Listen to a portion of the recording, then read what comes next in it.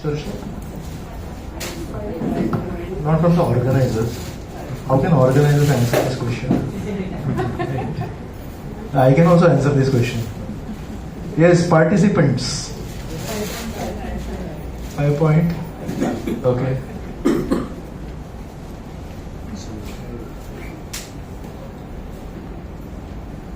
एकदा ना प्रभुपाद त्यांच्या भक्तांशी बोलत होते, तेव्हा त्यांनी सांगितलं, प्रभुपाद आपण आता या शहरामध्ये एक नवीन मंदिर उघडलं. दुसऱ्या भक्तांनी सांगितलं, प्रभुपाद आज आपण या नवीन शहरात पण एक नवीन मंदिर उघडलं. मग प्रभुपाद म्हणाले, हे सगळं खूप छान आहे आणि आपली जी एक्झिस्टिंग मंदिर आहेत ती बरोबर चालली आहेत का? मग त्या भक्तांना लक्षात आलं काय म्हणतायत. मग प्रभुपाद म्हणाले, don't make me Alexander the great. So याचा अर्थ काय? अलेक्झांडर द ग्रेट होता, तो ग्रीस वरून निघाला होता, मग एक जिंकायचा, मग ते त्याला हाव होती ना, तरुण होता, मग पुढे जायचं. मग पुढे जेव्हा जायचं तेव्हा जे जिंकलं होतं ते निघून जायचं, मग परत पुढे जायचं, मग दुसरी जागा जी जिंकली, असं करत करत तो जेव्हा तिथे पोहोचला भारतात, तेव्हा फक्त भारतामध्ये जेवढं होतं तेवढंच होतं आणि तिथे हरला. शेवटी जाताना अलेक्झांडरकडे काहीच नव्हतं. सो प्रभुपाद म्हणजे don't make me Alexander the great, की फक्त हे नवीन मंदिर उघडलं, ते नवीन मंदिर उघडलं आणि मागचं जे मंदिर होतं ते कोलमडलं. तसं आपण पण we should also not become Alexander the great. 5वा अध्याय, 6वा अध्याय, 7वा, 8वा, 9वा, पण मागे जे आपण केलंय ते पण माहिती पाहिजे आपल्याला काय केलंय. अधूनमधून मी विचारत असतो आपण कुठपर्यंत पोहोचलो. ओम अज्ञानतिमिरान्धस्य ज्ञानाञ्जनशलाकया चक्षुरुन्मिलितं येन तस्मै श्रीगुरवे नमः. नमो विष्णुपादाय कृष्णप्रेष्ठाय भूतले श्रीमते भक्तिवेदान्त स्वामिन् इति नामिने. नमस्ते सारस्वते देवे गौरवाणी प्रचारिणे निर्विशेष शून्यवादी पाश्चात्य देशतारिणे. जय श्री कृष्ण चैतन्य प्रभु नित्यानंद श्री अद्वैत गदाधर श्रीवासादि गौर भक्तवृंद. हरे कृष्णा कृष्णा कृष्णा हरे हरे, हरे राम राम राम हरे हरे.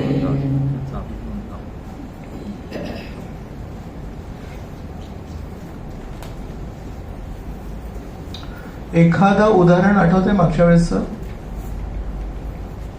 मागच्या वेळेस आपण चर्चा केली होती.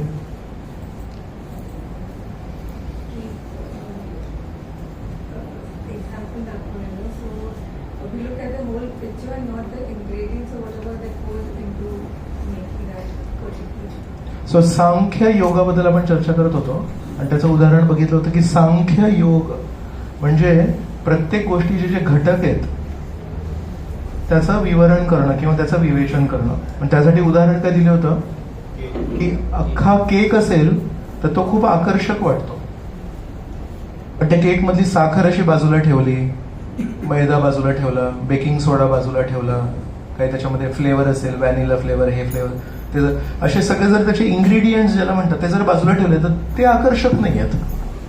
म्हणून काही लोक काय करतात, एक मार्ग आहे सांख्य योग मार्ग आहे, जो भक्ती मार्ग नाही, सांख्य मार्गामध्ये काय करतात, कुठलीही आकर्षक वस्तू दिसली की जसं आपण त्या केकचे घटक बघितले आणि जसं कुठल्याही गोष्ट तुम्ही घटकांमध्ये जेव्हा डिवाइड करता तेव्हा ते घटक अट्रॅक्टिव्ह नसतात.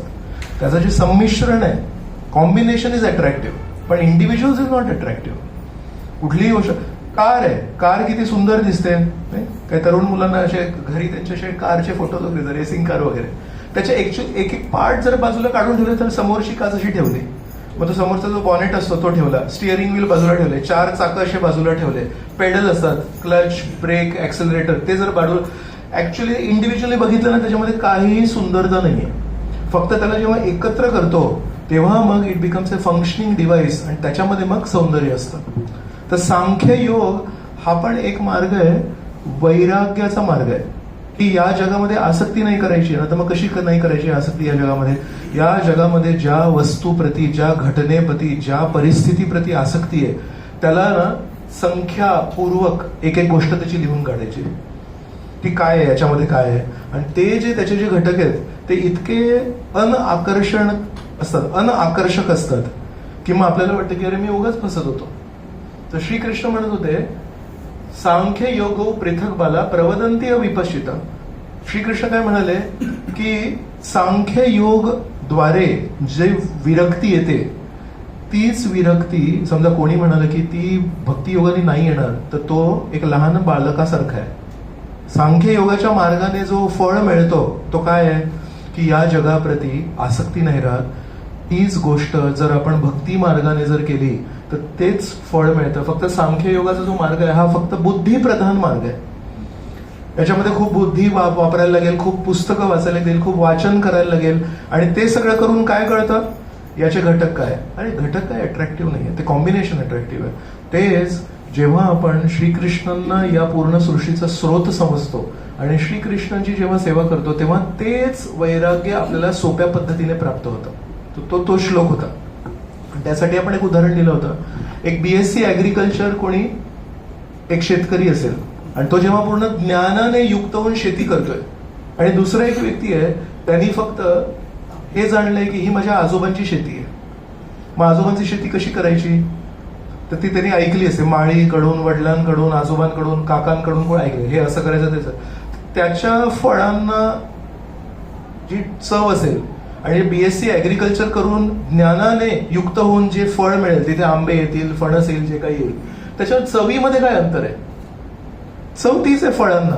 फक्त यांनी काय केलं, 3 वर्ष अगदी छान असं अधिकृत कॉलेजमध्ये जाऊन अभ्यास केला, आणि यांनी काय केलं, यांनी प्रेमापोटी केलं.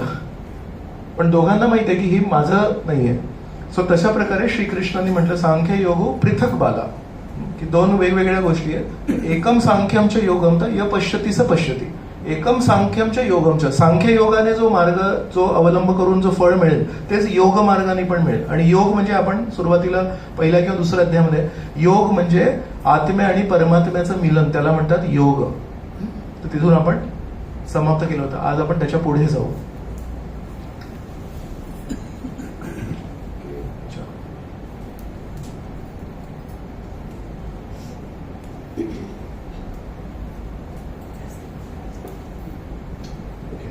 आज 6व्या श्लोकाचं.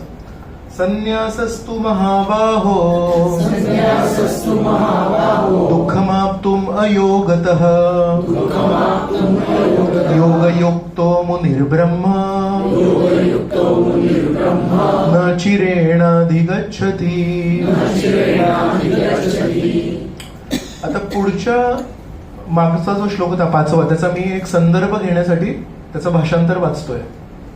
जो जाणतो की सांख्य योगाद्वारे प्राप्त होणारे स्थान भगवत भक्तीद्वारेही प्राप्त होऊ शकते, आणि म्हणून जो सांख्ययोग आणि भक्तियोगाला समान रूपामध्ये पाहतो तोच यथार्थपणे पाहणारा होय, हे श्रीकृष्णांचं मत आहे. माझा त्याच्या पुढचा हा श्लोक आहे.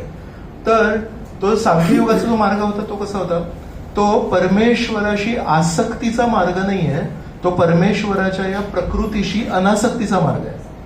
ठीक आहे. तर एका अर्थाने श्रीकृष्ण म्हणतात, पुन्हा पुन्हा ना वारंवार हे गीतेमध्ये येणार, श्रीकृष्णांना कोरडं वैराग्य आवडत नाही. कोरडं वैराग्य म्हणजे काय, तात्विक वैराग्य किंवा हृदयाला कठोर करणारं वैराग्य, किंवा माताजी म्हणतायत ठरवून केलेलं वैराग्य, म्हणजे बुद्धीच्या आधारावर वैराग्य.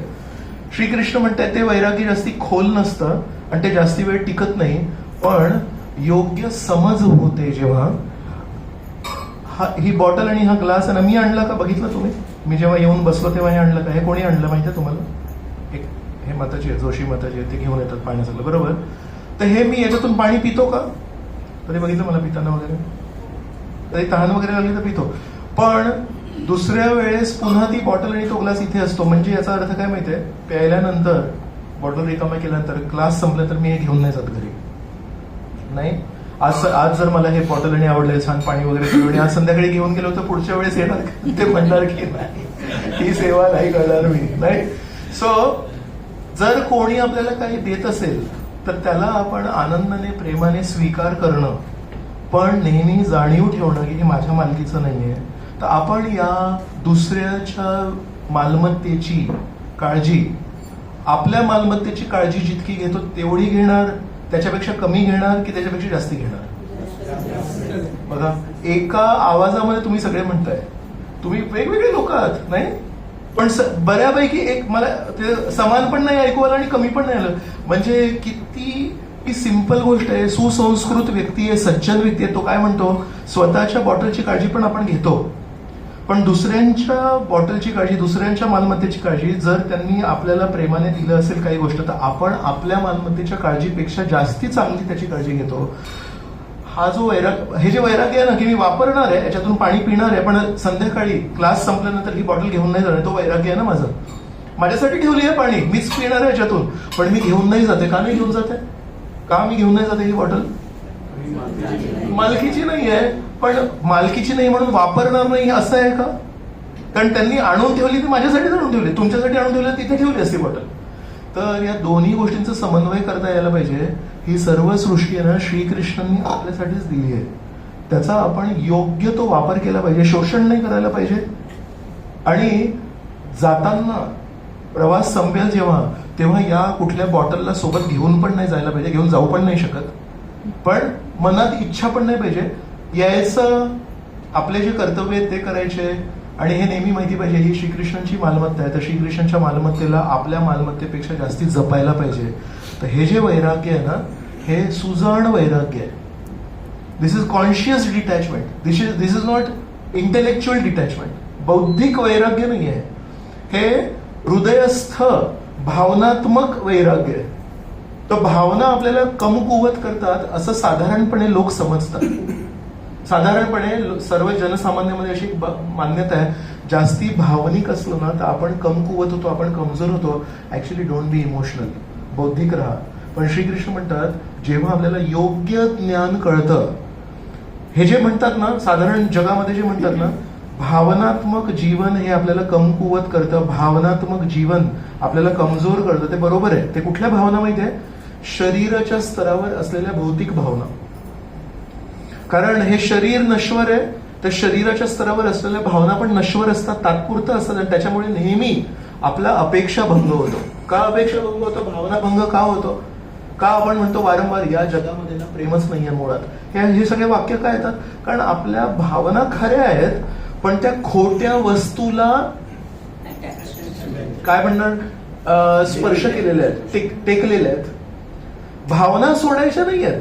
तर जेव्हा भावना खोट्या वस्तूंना लागतात आणि मग त्याच्यात म्हणजे जेव्हा अपेक्षा भंग होतो किंवा प्रेम भंग होतो, तेव्हा लोक काय म्हणतात, हा ना नेहमी हा भावनात्मक जीवन जगतो, बघायचं जीवनाचं काय झालं. म्हणून ना कधीही लोकांनी भावनात्मक जीवन नाही जगायचं. आणि श्रीकृष्ण आपल्याला काय सांगतायत, भावना नका सोडू, भावना नाही सोडायच्या आहेत, भावना वास्तविक आहेत, पण वास्तविक भावना वास्तविक वस्तूला जोडायच्या आहेत. वास्तविक भावना श्रीकृष्णाला जोडायचे. जे वास्तविक व्यक्ती आहेत त्या ज्या भावना आहेत त्या आपल्याला कमकुवत नाही करत, त्या आपल्याला कमजोर नाही करत, त्या आपल्याला ऍक्च्युली सबळ करतात, त्या ऍक्च्युली सुदृढ करतात, ते आपल्याला स्ट्रॉंग बनवतात.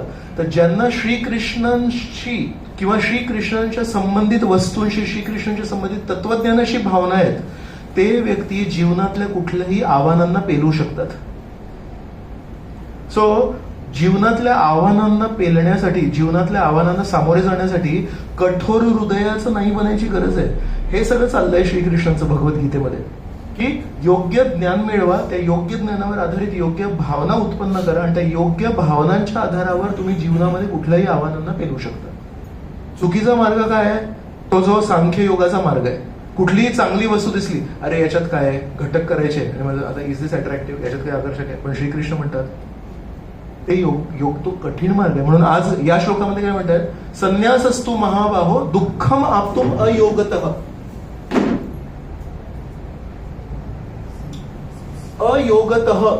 अयोगतः म्हणजे ज्याचा परमेश्वराशी संबंध नाही झालाय.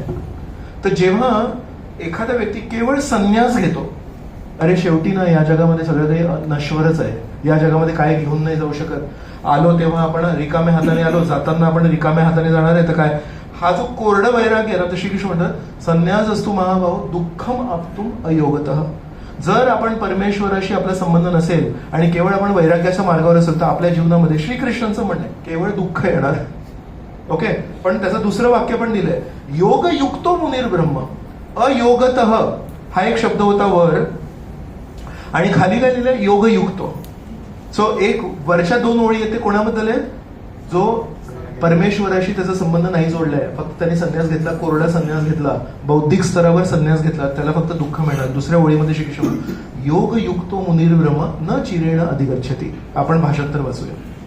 भगवत भक्तीमध्ये युक्त न होता केवळ सर्व कर्मांपासून संन्यास घेतल्याने मनुष्य सुखी होऊ शकत नाही, परंतु भक्तीमध्ये युक्त असलेला मुनी व्यक्ती विना विलंब ब्रह्माची प्राप्ती करतो, परमेश्वराची प्राप्ती करतो.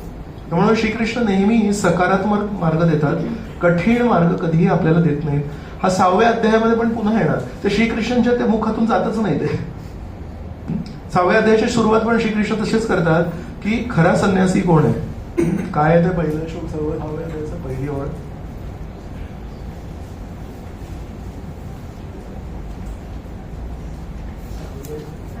अनाश्रित कर्मफलम कार्यम कर्म करोतीय स संन्यासीच योगीच न निराग्निर न चाक्रिय. तर 6व्या अध्यायाच्या पहिल्या श्लोकामध्ये काय म्हणतात? अनाश्रित कर्मफलम. जो कर्मफळाची आश्रय घेत नाही, अनाश्रित कर्मफलम कार्यम कर्म करोतीय, जो माझं कर्तव्य म्हणून करतो, स संन्यासी च योगीच न निराग्निर न चाक्रिय, तो खरा संन्यासी आहे. तसं ना पूर्ण हे गीतेमध्ये तुम्हाला आहे नेहमी श्रीकृष्ण म्हणणार, अरे योग्य व्यक्तीशी, योग्य परमेश्वराशी संबंध जोडून जे वैराग्य येतं ना ते लांब टिकणारं असतं आणि ते आपल्याला स्ट्रॉंग करणारं वैराग्य असतं. आणि फक्त बौद्धिक स्तरावर अयोगतः जे वैराग्य असतं ना ते जास्ती टिकत नाही, फक्त दुःख देतं. So that was the point. So संन्यासाचे 2 प्रकार आहेत. एक म्हणजे कर्मसन्यास. कर्मसन्यास म्हणजे पूर्णपणे आजपासून मी माझे सगळे कर्म, माझी आई वडील भाऊ बहीण समाज, माझं काही घेणं देणं नाही. बेसिकली अंत्येष्टी करायची, विचारांची संबंधांची अंतिम संस्कार करतात ना, अग्नी देतात ना शरीराला.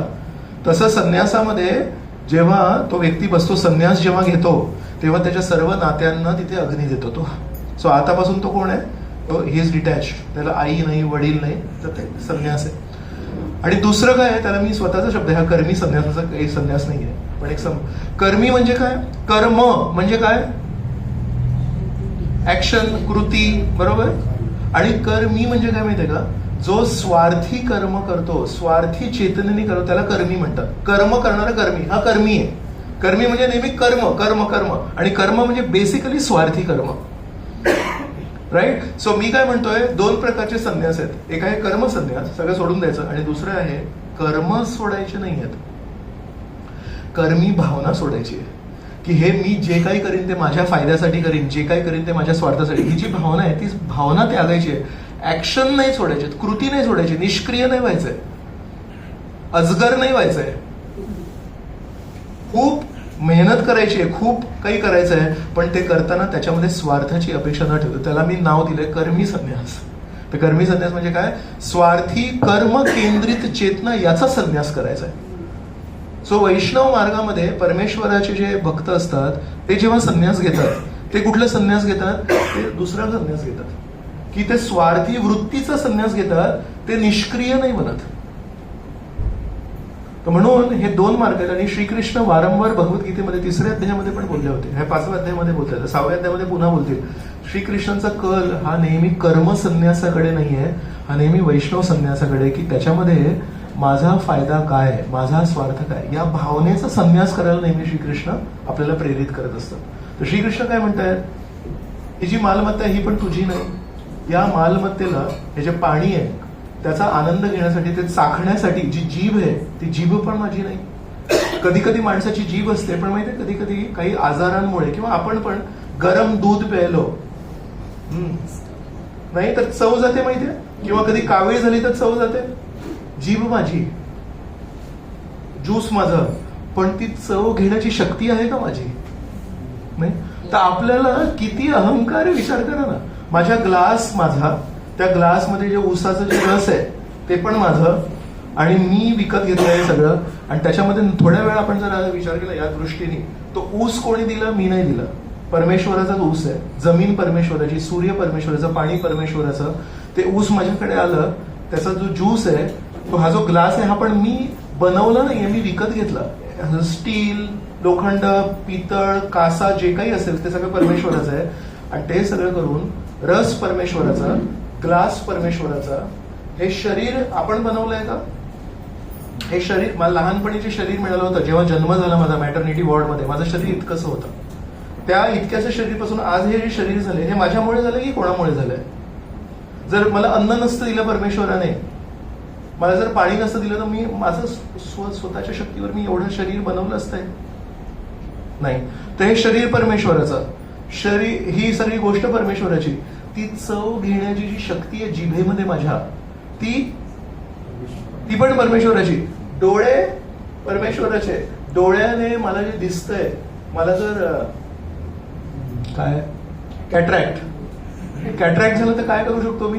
माझेच डोळे, ग्लास पण माझा, पण मी फुल माझा, गुलाब माझा, पण काही दिसत नाही मला, तर ती बघायची शक्ती. कान माझे, पण म्हातारपणी जेव्हा काही आजार होतो तेव्हा ऐकू येत नाही, मग तेव्हा आपल्याला हिअरिंग एड लावायला लागतो. मग ती शक्ती कोणी दिली? मग याच्यामध्ये मालकीचं काय आहे आपल्या? सो म्हणून श्रीकृष्ण कधीही आपल्याला कर्मसन्यास घेण्यासाठी नाही सांगणार, पण नेहमी आपल्याला म्हणतील की आंतरिक चेतना शुद्ध ठेवा. आता असा जो योगयुक्त व्यक्ती आहे, अयोगतः बद्दल सांगितलं आणि योगयुक्त बद्दल सांगितलं. आता श्लोक क्रमांक 7 पासून श्लोक क्रमांक 12 पर्यंत श्रीकृष्ण एका योगयुक्त व्यक्तीबद्दल सांगतील. ते सांगेल, योगयुक्तो विशुद्धात्मा, विजितात्मा जितेंद्रियः, सर्वभूतात्म भूतात्मा, कुर्वन् अपि न लिप्यते. ते एका योगयुक्त व्यक्तीचे याच्यामध्ये 3 गुण सांगितलेत. जेव्हा आपण प्रत्येक गोष्टीमध्ये श्रीकृष्णांचा हात बघतो, तेव्हा 3 गोष्टी घडतात आपल्या जीवनामध्ये. एक आहे विशुद्धात्मा. विशुद्धात्माचं एक आपण म्हणू शकतो की त्याची बुद्धी शुद्ध आहे, बुद्धी त्याची स्पष्ट होते, प्रत्येक गोष्टीमध्ये त्याला कळतं योग्य काय आणि अयोग्य काय. विजितात्मा, विजितात्मा म्हणजे त्यांनी त्याच्या मनावर विजय मिळवलाय, विजितात्मा. आणि जितेंद्रिय म्हणजे आपल्या इंद्रियांवर त्यांनी विजय मिळवलाय. त्याची जीभ त्याला खेचत नाही, त्याचे कान त्याला खेचत नाही, त्याचे डोळे त्याला खेचत नाही. याचा अर्थ काय? जीभ त्याला खेचत नाही, कान खेचत नाही, नासिका खेचत नाही, डोळे खेचत नाही. म्हणजे काय? याचा अर्थ काय?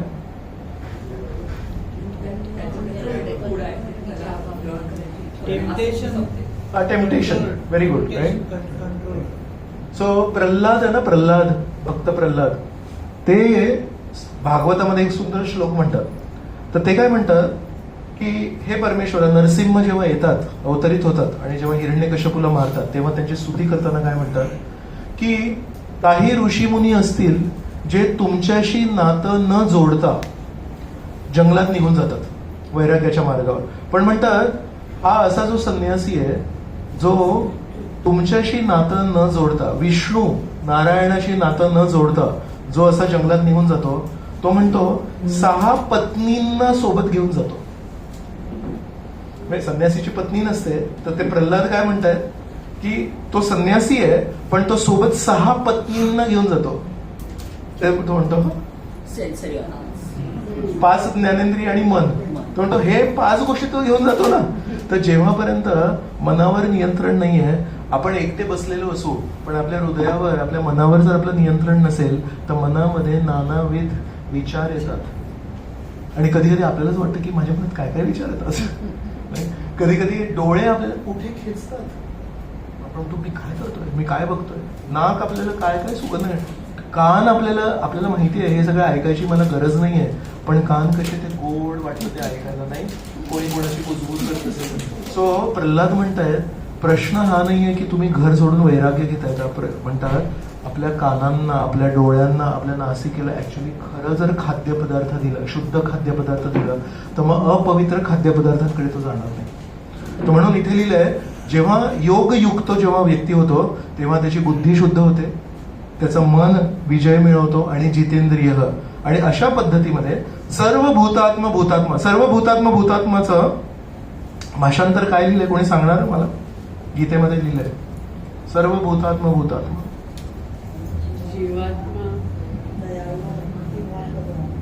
तर दयाळू किंवा करुणामयी. तर हा जो व्यक्ती आहे योगयुक्त, त्याची बुद्धी स्पष्ट होते, त्याचं मन नियंत्रित होतं, त्याच्या इंद्रिय नियंत्रित होतात आणि तो सर्व भूतात्मा, सर्व भूतांचा तो दयाळू, त्याच्यामध्ये भावना निर्माण होते.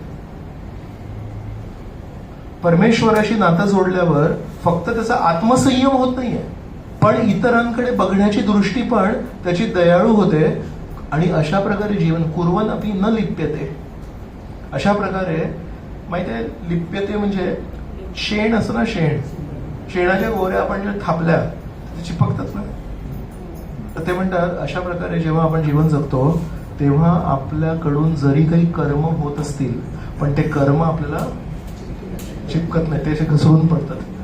तर हातावर तेल असेल किंवा तुम्ही ही टिकली लावता ना, इथे समजा थोडं तेलकट असेल, टिकली लावली, टिकली ती राहत नाही, ती पडते खाली. तसं तर म्हणतात कुर्वन् अपि न लिप्यते. याचा अर्थ काय माहितीये, एक छान आपण समजू शकतो की आपण जेव्हापर्यंत या जगात आहोत तेव्हापर्यंत आपल्याला कर्माची फळं मिळणार. फक्त प्रश्न हा आहे, इथे कर्माची फळं आपल्याला चिपकणार की येतील, बसतील आणि घसरतील. तर म्हणून खरोखर कर्मापासून मुक्त होण्यासाठी हे जग सोडायला लागेल. पण जेव्हापर्यंत या जगात आहोत तेव्हापर्यंत कर्माची फळं मिळणार. फक्त आपण ती त्याला असं एकदम आलिंगन करून घट्ट आपल्याकडे ठेवायचं की माझं नाहीच आहे, तर ते आपोआप पडणार. तसं म्हणतात, वाईट विचार हे चिमणीसारखे असतात, त्याला आपल्या डोक्यावर बसण्यापासून आपण थांबवू शकत नाही. पण आपल्या डोक्यावर जर केसांचं घरटं नाही बनवलं तर ती चिमणी येऊन बसते आणि उठून मग म्हणते, अरे इथे काय बसायला मिळत नाहीये, ते काय घरटं मिळालं नाही तर ती उडून निघून जाते. तर म्हणून वाईट विचार हे कारण आहे. सॉरी.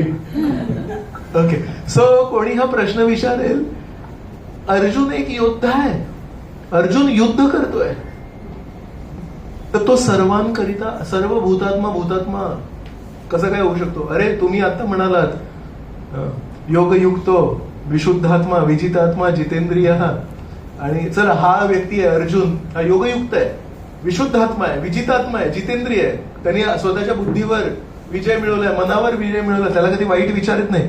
मला एक सांगा, हा असा धनुष्य बाण घेऊन उभा आहे आणि तुम्ही काय म्हणताय की याला सर्व जीवात्म्यांप्रती दयाळूपणाची भावना येते, याला कसं समजायचं?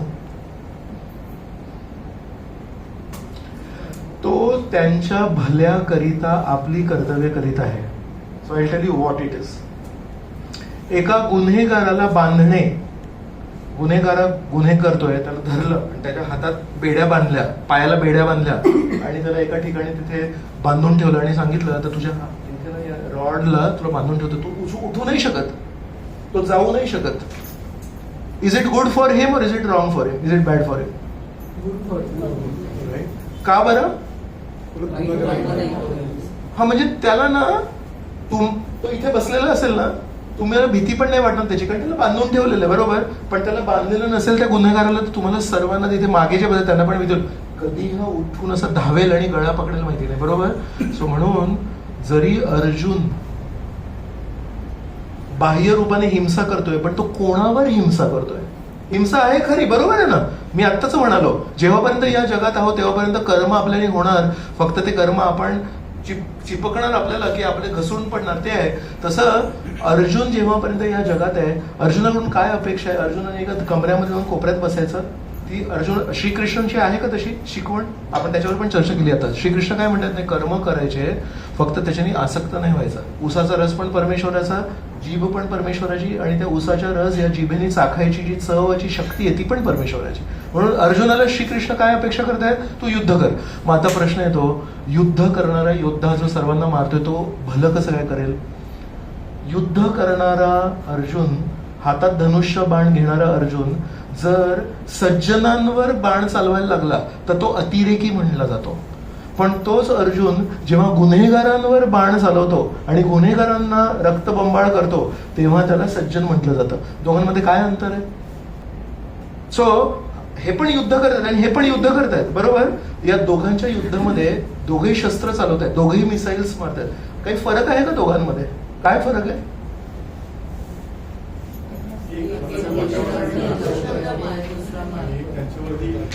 एक हल्ला करतोय, एक शोषण करतोय, एक अतिक्रमण करतोय आणि एक बचाव करतोय, एक स्वतःला जगण्याचा जो हक्क परमेश्वराने आपल्या सर्वांना दिलाय त्याची जोपासना करतोय. राईट? तो मग अर्जुन पण बाण घेऊन उभा आहे, पण श्रीकृष्ण म्हणतात योग युक्तो विशुद्धात्मा विजितात्मा जितेंद्रिय सर्व भूतात्मा भूतेत्मा कुर्मन अपि न लिप्यते. की हे अर्जुना, तू जेव्हा माझ्या म्हणण्यासाठी युद्ध करतोय ना, अर्जुनाला युद्ध करायचं होतं का? किती छान बाण आहे, किती छान धनुष्य आहे, माझे हात पण सुसज्ज आहेत, आता दाखवतो सगळ्यांना मी कोण आहे, असं होतं का? पहिल्या नाही, मला नाही करायचं युद्ध. कोणी युद्ध करायला फोर्स केला? सुप्रीम कोर्टने. सुप्रीम कोर्ट म्हणतोय हे गुन्हेगार आहेत, यांना हायकोर्ट काही करू नाही शकला, यांना सेशन्स कोर्ट काही करू नाही शकला, मी सुप्रीम कोर्टचा CG आहे, चीफ जस्टिस ऑफ इंडिया, मी तुला म्हणतोय तो शस्त्र उचल आणि याला मार, कारण हा गुन्हेगार आहे. फक्त पुराव्याचा अभाव होता म्हणून खालच्या कोर्टमध्ये काही झालं नाही, इथे आता केस झाली, हायएस्ट कोर्ट आहे, highest court is in kill him. तो माणूस म्हणतो की नाही, मला नाही मारायचं आहे. Supreme court of India is in kill him. Hang करतात कधी कोणाला? फाशी देतात. तो फाशी देणारा जो, त्याला हँगमॅन म्हणतात, राईट? तो फाशी देणारा जो व्यक्ती, तो काय करतोय? त्याला तो हे टाकतो, मास्क टाकतो, असं छान मस्त असं तो फसवतो आणि त्याला टेस्ट पण करतो, तो छान गाठ बसली की नाही. कोण म्हणेल काय निर्दयी माणूस आहे हा, पण तो कोणाला गाठ मारतोय? कोणी ठरवलं की तो गुन्हेगार आहे की सज्जन आहे? त्या माणसाने ठरवलं की हा गुन्हेगार आहे. त्याला सांगितलं तू तुझं कर्तव्य कर, ही आहे गाठ मारायची कला, आणि हा आहे मास्क, आणि ही आहे जागा. ठीक आहे, मी सांगतोय की हा गुन्हेगार आहे आणि मी तुला सांगतोय नोकरीवर तुला ठेवलंय गाठ मारणे, बरोबर? तर त्यांनी तर अर्जुन काय म्हणतोय, गुन्हेगाराला बांधणं हे त्या गुन्हेगारासाठी चांगलं आहे. का माहितीये? गुन्हेगाराला जर बांधलं नाही त्याचे गुन्हे वाढत जातात, आणि जसजसे त्याचे गुन्हे वाढत जाणार तसतसे त्या गुन्ह्यांच्या बद्दल त्याला जी शिक्षा मिळणार आहे ती शिक्षा पण वाढत चालली आहे. तर म्हणून श्रीकृष्ण म्हणतात या गुन्हेगारांना शिक्षा देणं हे एका दयाळू व्यक्तीचं लक्षण आहे. तर श्रीकृष्ण अशा प्रकारे मार्गदर्शन करत आहेत, अशा प्रकारे शिकवण देत आहेत की आपण विचार करू, एवढं खोल मी कधी विचार नाही केला की शिक्षा देणारा, शाळेमध्ये कोणी शिक्षक असतील आणि एखादा मुलगा नेहमी टीचर असे वळले की खडू मारत असेल. समजा टीचरने त्या क्लास इन्चार्ज असतो ना, कोणतरी एक मुलगा असतो, त्याला जर सांगून ठेवलं मी आता वळणार आहे, तू लक्ष ठेव कोण आहे, कारण मी मला मागे डोळे नाही आहेत, तू लक्ष ठेव.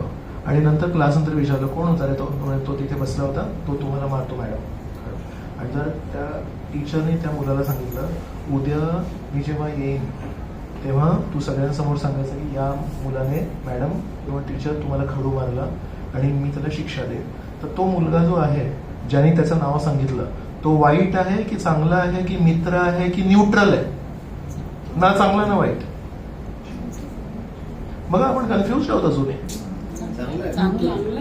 का चांगला आहे तो? त्यांनी हे केली, काय म्हणतात त्याला, फितूर निघाला तो.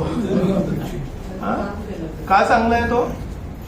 बघा, व्हेरी गुड. चांगली गोष्ट जर कोणी करत असेल, चांगली गोष्ट करत असेल आणि त्या चांगल्या करणाऱ्या संस्कृतीमध्ये किंवा चांगल्या करणाऱ्या परिस्थितीमध्ये कोणाला आग लावायची असेल, तेव्हा जो फितूर काम करतो तो जेव्हा येऊन सांगतो ते वाईट काम आहे.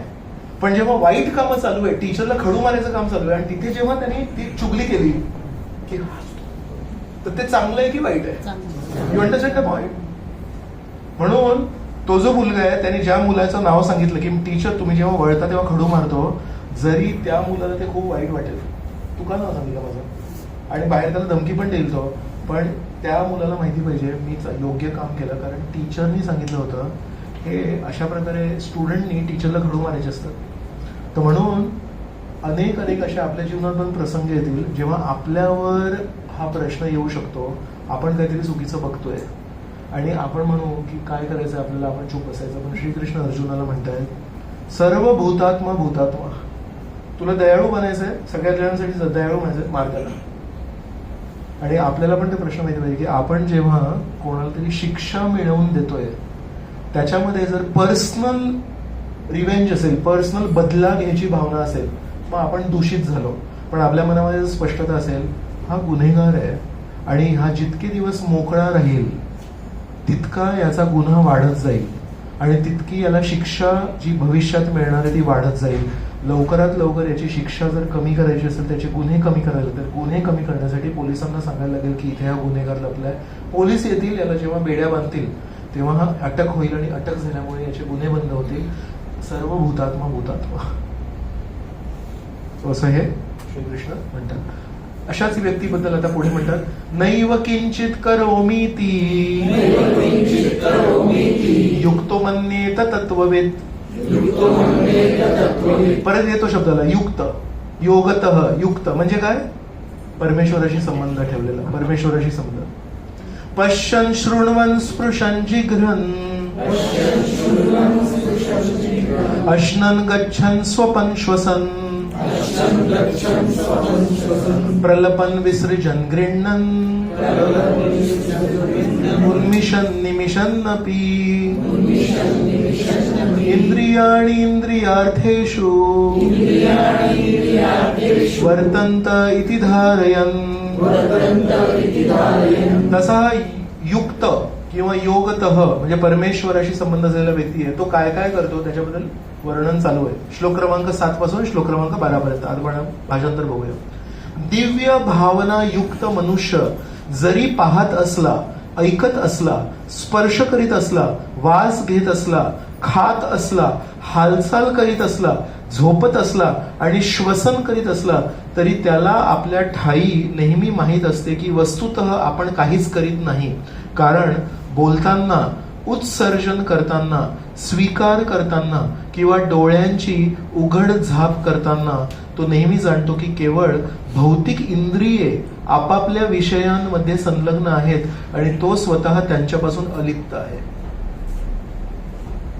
तसा जो परमेश्वरावर ध्यान करतो तो काय म्हणतो, माझे डोळे त्याचं काम करतायत, माझं तोंड त्याचं काम करत आहे, पण मी जो व्यक्ती आहे तो अलिप्त आहे. त्यासाठी एक उदाहरण देतो मी. हा जो आहे हा काय, हा सुपरवायझर आहे आणि त्या फॅक्टरीमध्ये काम चालू आहे. तर काम करणारे लोक काम करतायत आणि हा जो सुपरवायझर आहे हा सुपरवायझर फक्त बघत असतो कोण काय काम करतंय, काय काम करतंय आणि शेवटी रिपोर्ट देईल की सगळेजण छान काम करतात. बरोबर. सुपरवायझर कुठल्या कामामध्ये इन्व्हॉल्व्ह नाही होत आहे. त्याचं काम काय आहे, सगळीकडे बरोबर काम आहे. तर हे एक उदाहरण आहे. इज नॉट एक्झॅक्टली, पण एक समज येण्यासाठी शाखाचंद्र नाही. सो असा व्यक्ती इंद्रियांच्या क्रियांचे केवळ निरीक्षण करत असतो. म्हणजे आजारी जेव्हा पडतो तो तेव्हा तो औषध घेतो, पण औषध घेतल्याने त्याला हे नसतं माहिती की मी बरा होतोय. तो म्हणतो माझं शरीर बरं होत आहे. आपले जेव्हा कपडे फाटतात आपण काय रडत नाही बसत, ते कपडे आपण शिलाईच्या मशीनमध्ये देतो आणि ते शिवून टाकतो. आपल्या चपला जेव्हा तुटतात तेव्हा आपण ते शिवून देतो. Life goes on. चप्पल तुटली असं नाही ना. तसंच चप्पल जशी एक वस्तू आहे जी मी वापरतोय, कपडे एक वस्तू आहे जी मी वापरतोय. माझ्या घड्याळाचा स्ट्रॅप तुटला, दुसरा स्ट्रॅप वाजून मी घड्याळ घेणं, मी रडत नाही बसत आहे. तसंच तो म्हणतो हे शरीर पण, हे हात पण, हे डोळे पण. तुमच्याकडून किती लोक नख कापतात? सगळे कापतात. थँक्यू. तर नख जेव्हा कापतो त्याच्यामध्ये काय अंतर आहे? नख एक अशी गोष्ट आहे जी आपल्या शरीरातून उत्पन्न होते, फक्त एकच अशी गोष्ट त्याला वेदना नाही होत. बाकी स्किन जर कापत होतं बरोबर, तो एक फक्त आहे फरक की त्याच्यामध्ये नर्व्स नाही आहेत आणि बाकी सगळीकडे नर्व्स येतं म्हणून इट पेन्स. पिंच केलं, कट केलं तर फक्त तिथे नाही होत. बरोबर. ते सोडून काय अंतर आहे नखामध्ये आणि त्याच्या बाजूला जी त्वचा आहे त्याच्यामध्ये काय अंतर आहे? Both are produce from the body only, both have life only. बरोबर. तर तो ते कापताना आपल्याला काही दुःख होतं का? माझं नख, कोणी म्हणतं माझं नख नाही का? आपल्याला माहित आहे की तिथे कापल्यानंतर वेदना नाही होत आणि ते नख आहे ना ते अनक्लीन आहे. बरोबर. तसंच ज्या दिवशी आपल्याला कळेल की जसं नख अनक्लीन आहे तसं हे शरीर पण ऍक्च्युली अनक्लीनच आहे. या शरीराच्या आतमध्ये ही स्किन फक्त थोडीशी काढली तर आतमध्ये जे आहे ते अनक्लीनच आहे. राईट. फक्त ते आपण त्याच्यावरती आसक्त का होत माहितीये, कारण त्याच्यामध्ये वेदना होतात कट झालं तर. पण इथे वेदना नव्हत्या पण कट होतो. केस कोण कोण कापतात? नाही. कट करताना किती लोक रडून येतात. काय झालं आई तू अशी का रडते? नाही मी आता केस कापून आलो, आज दिवसभर आता डिप्रेशन मध्ये आहे मी. नाही. तर सो बघा, यू आर जस्ट ऑब्झर्विंग. तुम्ही त्या हेअर ड्रेसरकडे जेव्हा बसले when is cutting your hair, you don't cry ना. Why? You just observing your hair being cut. केस कापले जात आहेत हे तुम्ही निरीक्षण करताय. नख जेव्हा कापताय तेव्हा नख कापले जात आहेत, त्याला तुम्ही निरीक्षण करताय. तसं जशी चेतना आपली उंच होते तसं आपण जीवनातले आपले सर्व कर्तव्य, आपले डोळे, आपली जीभ, आपल्या नासिका, आपण जे काही हात पाय जे काही करतायत ते निरीक्षण करतो. जे काही करतात, नाका कापतात, केस कापतो, उत्सर्जन करणार, जेवणार, सगळं काही करणार, पण त्याच्यामध्ये कुठे आसक्ती नसणार. निरीक्षणाच्या भावनेमध्ये आपण करणार. ब्रह्मण्याधाय कर्माणि संगम त्यक्त्वा करोति यः लिप्यते न स पापेन पद्मपत्र इवांभसा. तर हा भगवद्गीतेतला एक खूप महत्वाचा श्लोक आहे आणि हा आपण जर कंठस्थ केला तर खूप छान आपल्याला मदत होते. या श्लोकामध्ये काय सांगितलंय? भाषांतर वाचूया. जो व्यक्ती कर्मफल भगवंतांना समर्पित करून आसक्ती न ठेवता आपले कर्म करतो, तो कमलपत्र ज्याप्रमाणे पाण्याने स्पर्शिले जात नाही त्याप्रमाणे पाप कर्माने प्रभावित होत नाही. पद्मपत्र इव अंभसा. अंभसा म्हणजे पाणी. तर कमळाचं जे पान आहे त्याच्यावर पाणी पडलं तर ते ओलं नाही करत. का बरं? तर त्याच्यामध्ये असं म्हणतात एकदम अशी मायक्रो फिल्म असते, तेलकट पदार्थ असतो. तर त्याच्यावर पाणी जेव्हा पडतं आणि थोडं जर वारा जरी आला ते पान असं जर झालं तर ते पाणी पडून जातं, परत ते कोरडं पान. तर पाणी पडणार. आपली अपेक्षा काय असते? पाणी पडायलाच नाही पाहिजे. पण नाही, या जगामध्ये जेव्हापर्यंत तेव्हापर्यंत पाणी पडणार. फक्त आपण हा लक्ष ठेवायला पाहिजे की त्या पाण्याचा स्पर्श नाही व्हायला पाहिजे किंवा पाण्याचा प्रभाव नाही व्हायला पाहिजे. तसं आपण जेव्हा आपलं जीवन जगतोय, कधी कधी आपल्याकडून चुका होणार, पण त्या चुका जेव्हा होत, आपलं काय अपेक्षा आहे? चूक शून्य जीवन जगायचंय मला, पाप शून्य जीवन जगायचं. आणि श्रीकृष्ण वारंवार काय म्हणतात? पाणी पडणार पण पाण्याचा स्पर्श नाही होऊ द्यायला पाहिजे. तर ती शुद्ध चेतना जर ठेवली आपण तर त्या शुद्ध चेतनेमुळे ते पाप आपल्याला स्पर्श नाही करू शकणार आणि कर्मफळ आपल्याला ओला नाही करू शकणार. ते आपण बघू शकतो. तर श्रीकृष्ण आहेत भागवतामध्ये हे चित्र आहे की श्रीकृष्ण महाभारताच्या युद्धानंतर हस्तिनापूर सोडून आता द्वारकेला चालले, कारण सगळं धर्मसंस्थापनार्थ आता झालेलं आहे. तर तेव्हा कुंती आहेत. कुंती त्यांच्या कोण आहेत? आत्या. तर आत्या त्यांना विनंती करते, म्हणते की तुम्ही नका जाऊ, सोडून नका जाऊ. तुम्ही जेव्हापर्यंत होतात तेव्हापर्यंत आमच्या संपूर्ण परिवाराला सुरक्षितता होती. आता सर्व काही मिळालं, राज्य मिळालं, कौरव सगळे मरण पावले, दुर्योधन दुःशासन सगळ्यांचा नायनाट झालाय, तरी पण आता या सुरक्षिततेमध्ये मला असुरक्षितता वाटते. का बरं? त्या असुरक्षिततेमध्ये तुम्ही होतात. पूर्ण जग माझ्या मुलांच्या विरुद्ध होतं आणि ती असुरक्षितता होती.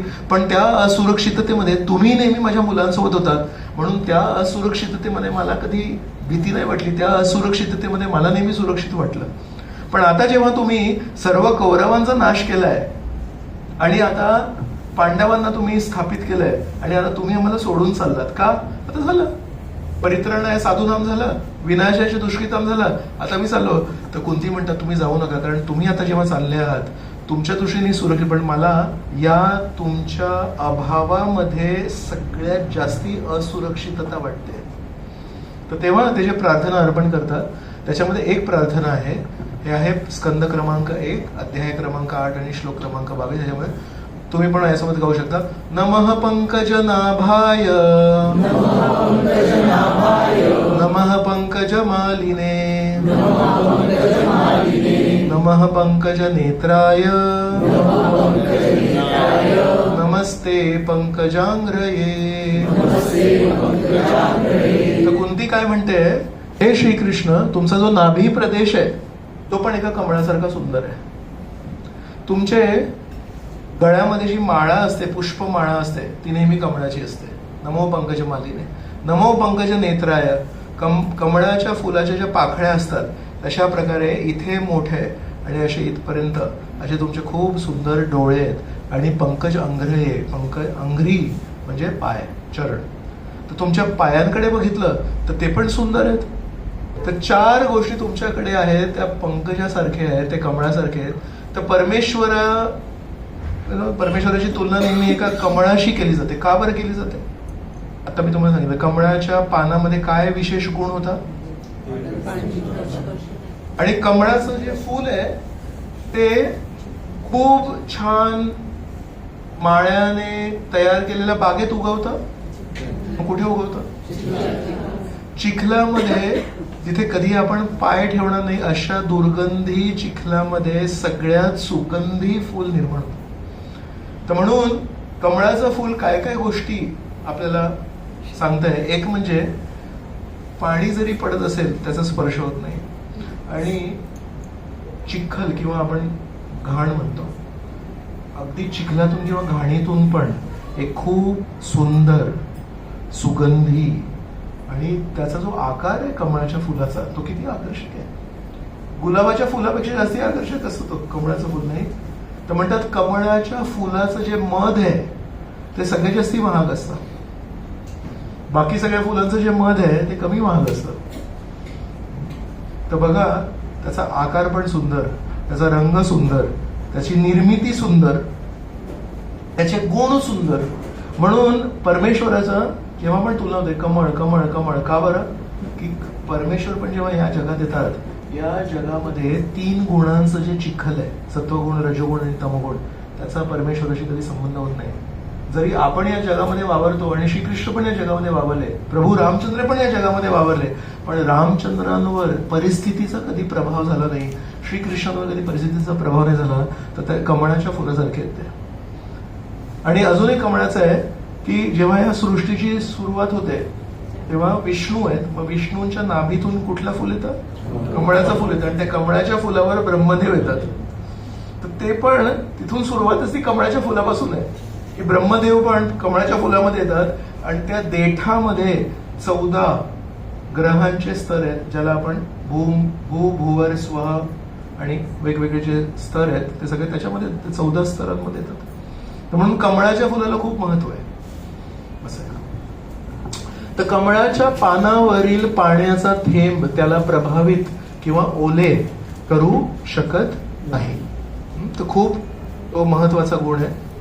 तर कमळाप्रमाणे असणारे श्रीकृष्ण यांचे भक्त पण कमळाप्रमाणे बनवू शकतात. तर श्रीकृष्ण हे कमळासारखे आहेत.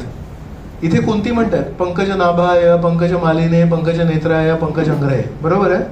पण अशा या कमळाप्रमाणे असलेल्या भगवंतांचे जे भक्त आहेत ते पण त्या कमळाप्रमाणे असू शकतात. त्याचे काही काही उदाहरण आहेत. तर कंस आहे, कंसासारखा जो क्रूर राजा आहे याच्यासोबत एक त्याचा मंत्री होता अक्रूर म्हणून. हा अक्रूर कोण होता?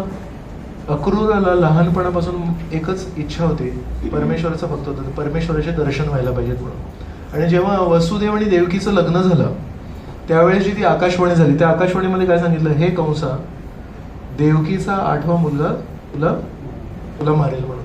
तर त्या दिवशी अक्रूराने ती आकाशवाणी ऐकली, उपस्थित होता तो. पण त्याला एक लक्षात आलं, हा एवढा क्रूर आहे, त्याला माहिती आहे राजा, या क्रूर राजाला मारण्यासाठी आकाशवाणी झाली की परमेश्वर येतील आणि याला मारतील जर मी येन केन प्रकारेण कंसासोबत राहिलो. आणि बऱ्याच क्रूर गोष्टी मला बघायला लागतील, बऱ्याच क्रूर गोष्टी माझ्या निदर्शनास येतील, बऱ्याच गोष्टी मला ऐकायला लागतील आणि कदाचित बऱ्याच गोष्टी मला सहन करायला लागतील.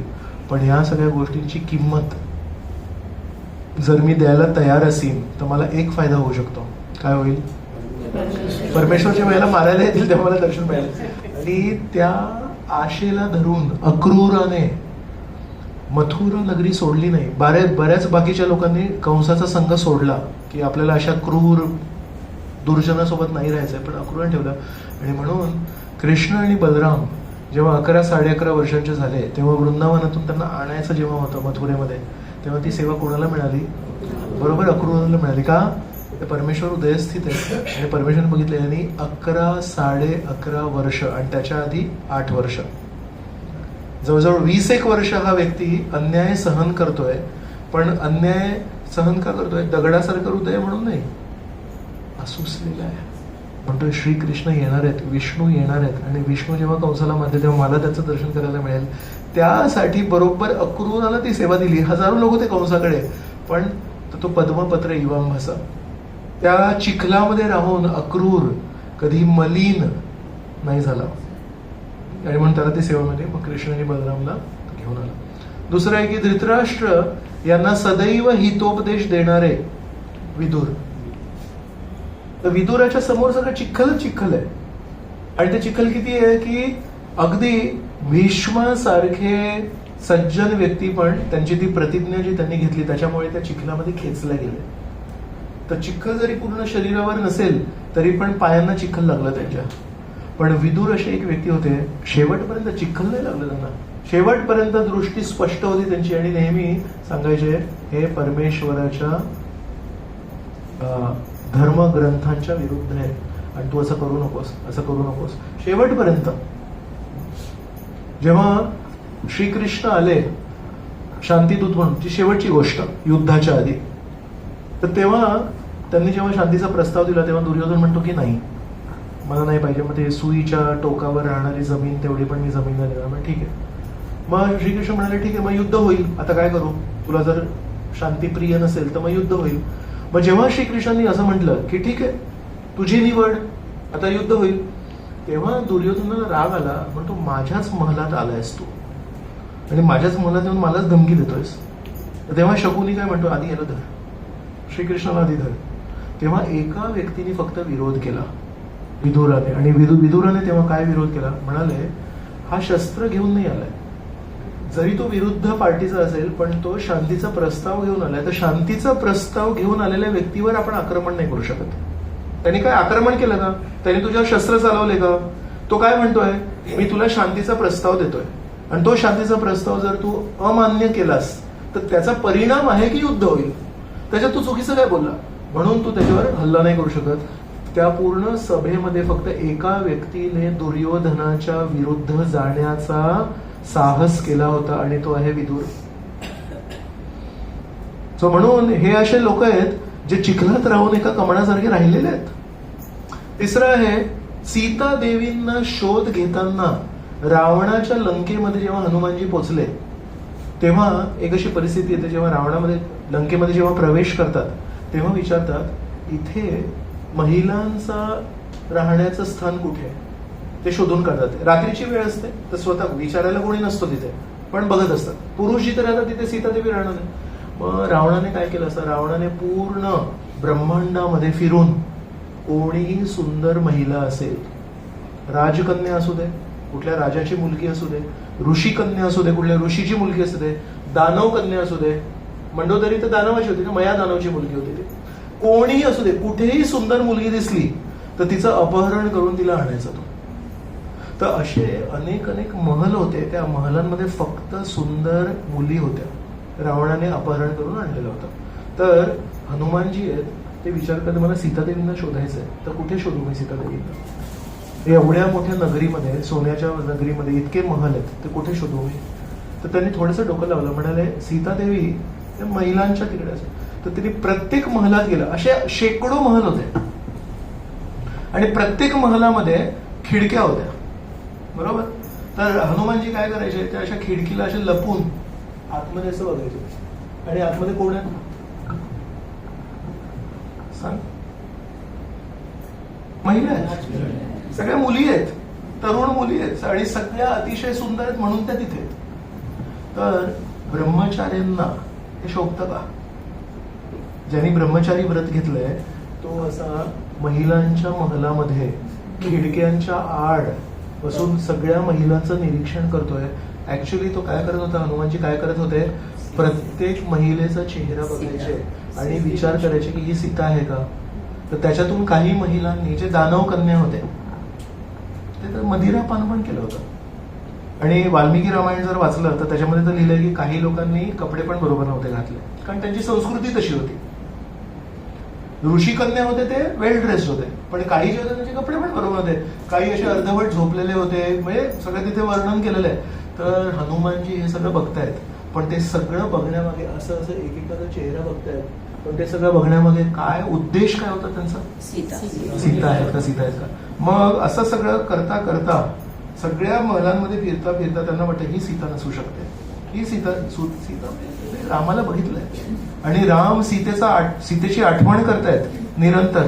राम असे आहेत आणि राम ज्यांच्यावर प्रेम करतायत, राम ज्यांचं निरंतर नामजप करतायत, ते किती दिव्य असतील, त्यांचा चेहरा किती उज्ज्वल असेल.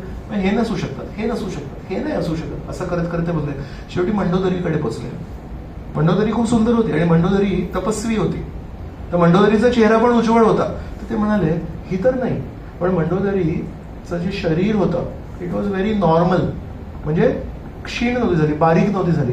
म्हणाले तिथे मी रामचंद्रांना बघितलंय, रामचंद्र सीतादेवीची आठवण करता करता असे बारीक झालेत, कोमेजलं फुल कसं असतं तसं झालंय.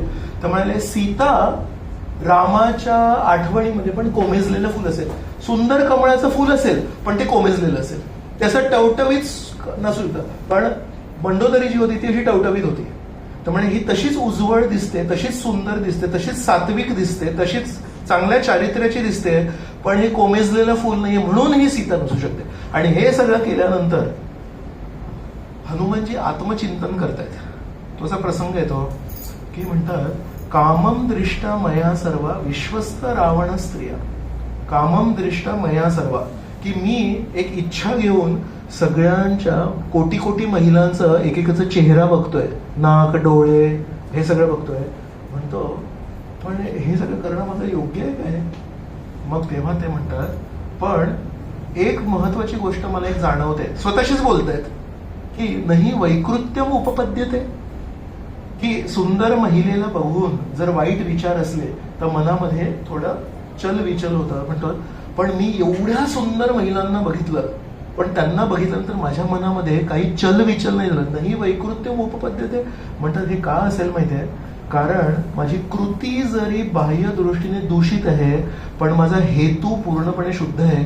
मी माझ्या आईला शोधतोय, माझी आई हरवली आहे, माझे वडील त्रासलेले आहेत आणि वडिलांनी मुलाला सांगितलं जाऊन आईला शोधू नये, मी आईला शोधतोय. आईला जेव्हा मी शोधतोय प्रत्येक महिलेमध्ये, त्याच्यामध्ये चुकीची भावना असू शकते का? तर तो म्हणतोय जरी मी या सगळ्या सुंदर महिलांना बघितलं आणि कोणाकोणाची कपड्यांची परिस्थिती बरोबर नव्हती, पण माझ्या मनामध्ये जेव्हा शुद्ध चेतना होती, त्याच्यामुळे त्या शुद्ध चेतनेने मला वाचवलं. आणि एका ब्रह्मचार्याला महिलांचा चेहरा बघता बघता पण माझ्या मनामध्ये काहीही चलविचल नाही झालं. आणि तेव्हा मग स्वतःची सांत्वना करता करता दुसरं एक म्हणतात बरोबर आहे ना, जर मी हरिण माझा हरवला असेल तर मी कुठे शोधणार? जिथे हरिणांचा झुडूप असेल तिथे शोधणार ना. मी कुठल्या शहरामध्ये जाऊन गोठ्यामध्ये हरिण नाही शोधणार आहे. तर जर एक महिला हरवली असेल तर मी महिलांच्या मध्ये शोधणार ना. तर ते स्वतःला करतात. पण त्याच्यामध्ये तो एक श्लोक येतो की हनुमानजी स्वतःची सांत्वना करून म्हणतात आश्चर्याची गोष्ट आहे, जर माझ्या मनामध्ये माझा उद्देश जर थोडा जरी दूषित असता तर नक्कीच माझ्या हृदयामध्ये दुसऱ्या कुठल्या तरी भावना उत्पन्न झाल्या असत्या. तर ते एक खूप सुंदर उदाहरण आहे, पद्मपत्र इवांबसा. आणि मग चौथं उदाहरण आहे, जसं धृतराष्ट्राला नेहमी हितोपदेश करणारे विदुर नेहमी त्याच्यासोबत होते, तसंच रावणाला क्षणोक्षणी मार्गदर्शन करणारे विभीषण त्याच्यासोबत होते. तर विभीषणाचं राक्षसाचं शरीर आहे, विभीषणाच्या सर्व सवयी वगैरे लहानपणापासून संस्कृतिक आहे ती आहे बरोबर, पण त्या संस्कृतीचा त्या वाईट विचारांचा तिथे ध्वनी काय चालू असेल, नेहमी आवाज काय असेल तिथे, नेहमी आनंद घ्या यु नो राईट, तशा टाईपचा आवाज वगैरे असं तिथे मदत करूया असे सगळे तिथे ऐकू नये ना तिकडे बरोबर. कधी समजा अशा एकदम कमर्शियल सिनेमाला आपण गेलो, कमर्शियल सिनेमा म्हणजे basically you know not a very good cinema, त्याच्यामध्ये सगळी गाणी कशी असणार, त्यामध्ये एकतरी एका गाण्यामध्ये सोशल मेसेज असेल असू शकतो का चुकीने. So all songs will be you know some dirty songs right. तर गाणे वेगवेगळे असतील पण त्याच्यामध्ये एकही गाणं मंदिरातलं नसू शकतं त्याच्यामध्ये, कारण ते कमर्शियल मूवी आहे, ती पैसे बनवण्यासाठी बरोबर. त्याच्यामध्ये भाषा कशी असेल, नेहमी यु नो विचित्र भाषा असेल राईट. तसं रावणाच्या लंकेमध्ये व्हॉट डू यू एक्सपेक्ट, दोन माणसं जेव्हा एकमेकांशी बोलतात तर काय बोलतील, अरे तो तिथे आजारी पडलाय त्याला दोन थोडी मदत करायला पाहिजे, नाही. तिथे तिथे भाषा काय, नेहमी स्वार्थाची भाषा, नेहमी लोभाची भाषा, नेहमी शोषणाची भाषा, बरोबर, त्या तशा फक्त फक्त स्ट्रक्चर नाही आहे ते लंकेचं. लंका एक संस्कृती पण आहे. तर त्या लंकेमध्ये ध्वनी काय असेल? त्या लंकेमध्ये नेहमी शोषण करायची, शारीरिक आनंद घ्यायची, लुबाडायची. कोण मोठा तिथे? नाही, कोण मोठा म्हणजे कसं माहितीये, कुठल्या वृत्तीचा व्यक्ती श्रेष्ठ मानला जाईल? जो जेवढा शोषक नाही, गुंडांचं जे घर असतं किंवा गुंडांची जी कॉलनी असते त्याच्यामध्ये सगळ्यात मोठा जो लीडर आहे तो कोण? जो सगळ्यात मोठा गुंड. तू किती मर्डर केले? 20. तू किती केले? 40. हा बॉस. म्हणजे जो जितका वाईट. सो लंकेमध्ये काय संस्कृती असते, लंकेमध्ये काय तिथे जेव्हा स्पोर्ट्स असेल, ऑलिम्पिक्स जेव्हा होतील, तिथे काय ऑलिम्पिक्स होते? तिथे चांगल्या ऋषी मुलींना असं ठेवतील आणि इथे असे सगळे राक्षस, सगळ्या राक्षसांच्या हातात चाकू, आणि तिथे ऋषी मुलींना बांधून ठेवलंय. आणि काय कॉम्पिटिशन?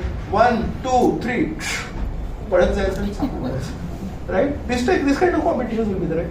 अशा सगळ्या वाईट संस्कृती म्हणणार नाही मी त्याला, अपसंस्कृती म्हणून त्याला. अशा सगळ्या वाईट अपसंस्कृतीमध्ये राहून विभीषणाने स्वतःची दृष्टी, स्वतःचे विचार, स्वतःचं बोलणं आणि स्वतःची आस्था कशी टिकवून ठेवली. मी आस्थेपर्यंत का गेलो? विचार ठीक आहेत, विचार आंतरिक असतात. वाईट लोकांसोबत राहून विचार आतमधल्या बाहेर ठेवायचे, बोलताना आपण त्यांच्यासारखं बोलायचं, काम चालतं. आस्थेपर्यंत का गेलो मी? का माहित आहे? शेवटच्या क्षणापर्यंत विभीषण म्हणाला, दादा असं करू नकोस, दादा असं करू नकोस, हे चुकीचं आहे. शेवटी काय केलं? किती बोलला तो? किती बोलला विभीषण? नको करूस, नको करूस, नको करूस. याची कुठपर्यंत बोलला सांगणार कोणी मला? शेवटचा क्षण काय होता लंकेमध्ये विभीषणाचा? तो इतकं बोलला, त्याला इतकं अनावर होत होतं की नको करूस दादा, हे चुकीचं आहे. विवाहित महिलेला अपहरण करून आणणं मुळातच चुकीचं आहे. तू माझा भाऊ आहे की कोणाचा भाऊ आहे? नेहमी ना माझ्या विरुद्ध बोलतोस तू. हे सगळे कसे मुकाट्याने माझ्या होला हो म्हणतात. तू एकटा ना माझ्या घरातला साप आहेस, आणि घरी जर साप फिरत असेल ना तो कधी दंश करतो आणि त्याला ठेचायला पाहिजे. या विभीषणाला साप म्हणून म्हटलं रावणाने.